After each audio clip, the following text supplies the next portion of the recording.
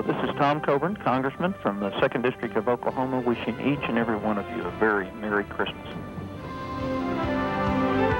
Welcome back to America's Wake Up Call, our special Christmas edition today. And I have as my very special guest, Paul Weyrich, who is head of the Free Congress Foundation, someone well known to those of you who are part of the Key Show family and the America's Voice audience, but also well known to people of conscience and integrity around this country as a man whose voice and whose courage and whose actions have down through the decades been on the side of those things which strengthen America's moral foundations and its liberty. And I'm sharing with Paul some time here today talking about what Christmas means to us. Do you have some especially memorable Christmas that you carry with you through life, Paul? Well, one, when I was 8 years old, I guess if you know anything about me, you know that my first love is trains and trolley cars and so on. And so on Christmas Eve, I was put to bed unusually early. I protested greatly, but I was just told, look, that's it. And through the night, I heard all kinds of pounding and hammering. I heard the sounds of my father's voice, of my uncle's voice, of another man's voice, and so on. And when I got up in the morning, the dining room was off of the bedroom, separated by a door. And when I got that door was normally open. That door was closed. And when I came to open the door, there was my mother with a blindfold. And she blindfolded me and led me through the house and out the front door so that I could go across the street and be an altar boy at the morning Mass at Holy Trinity Church. Well, of course, my mind was, not very much on where it should have been at that point. But anyway, I ran home, and when I came in, there, covering the entire dining room table, was a 6-foot by 8-foot train table that my father had made. He was a carpenter, and my father and uncle had put it up. They had wired it. It was filled with trains. It had a little village. It had lights. It had everything operating, and the whole thing was running when I came in at about 7:30 in the morning back from church. It was something I will, of course, never ever forget. That is wonderful. And I always think too that as I've heard people talking about some of the memorable things that are associated, mostly I have found that like the story you just told, at the heart of it there is this image of the incredible love that people have. And that's exemplified in the time and the care that was taken to plan that whole moment out so that it would have the kind of meaning that would last a lifetime. Well, my folks gave me a very good example.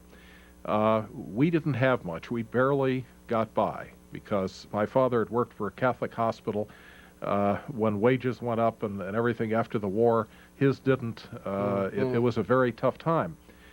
Nevertheless, we gathered things and went. We lived just a couple blocks from a black neighborhood, and we went and visited people who were less fortunate than we were and brought them things at Christmas time. We went and bought them a Christmas tree and things of that sort. And those were very special times because you could see the joy and excitement on the faces of the people. Today it would be looked down upon. Well, give charity, and so on. But the people really appreciated it. They loved you for what you were doing. And I will never forget the scenes of made our house look rich compared to what these people had. And it really made me appreciate not only what we had, but also that it is truly more blessed to give than to receive. That's one of the wonderful things about the whole Christmas season, but also the mentality it represents is the permission to give in to the very best part of ourselves. And in some degree, I think in life, as you get older, all the pressures and so forth and so on, in every society, every civilization, I think there's a temptation to deep cynicism and kind of a self-defense mechanism that says, oh, no, I can't afford to be doing anything for other people. But I think that the whole civilization that is influenced by Christianity is different because at the heart of the Christian faith, there is permission to give in to the best things that we harbor within us. And I think that permission is a vital to many of the other things that we see in the society, including the thirst for justice on some people's part and so forth. Well, I have a treat for you, because we made a special request to see what Christmas music you like. And so we want to play a version that my good producer and friend Joe Gigante found of Hark the Herald Angels Sing, just as my little Christmas gift to you, and a thank you for being on the show. Merry Christmas. Merry Christmas.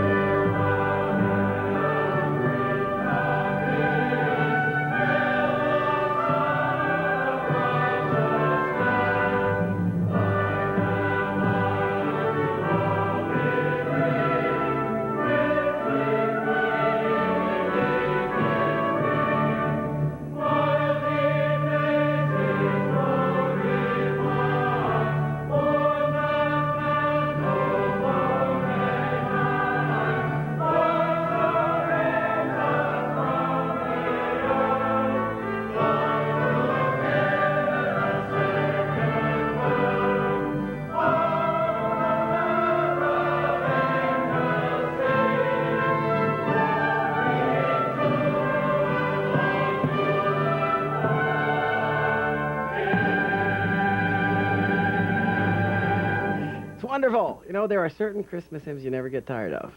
Really brings tears to my eyes, and I thank you so much for playing that for me. Well, thank you for coming today. God bless you. Merry Christmas, Appreciate it. and Merry Christmas. to all your viewers as well. Thank you.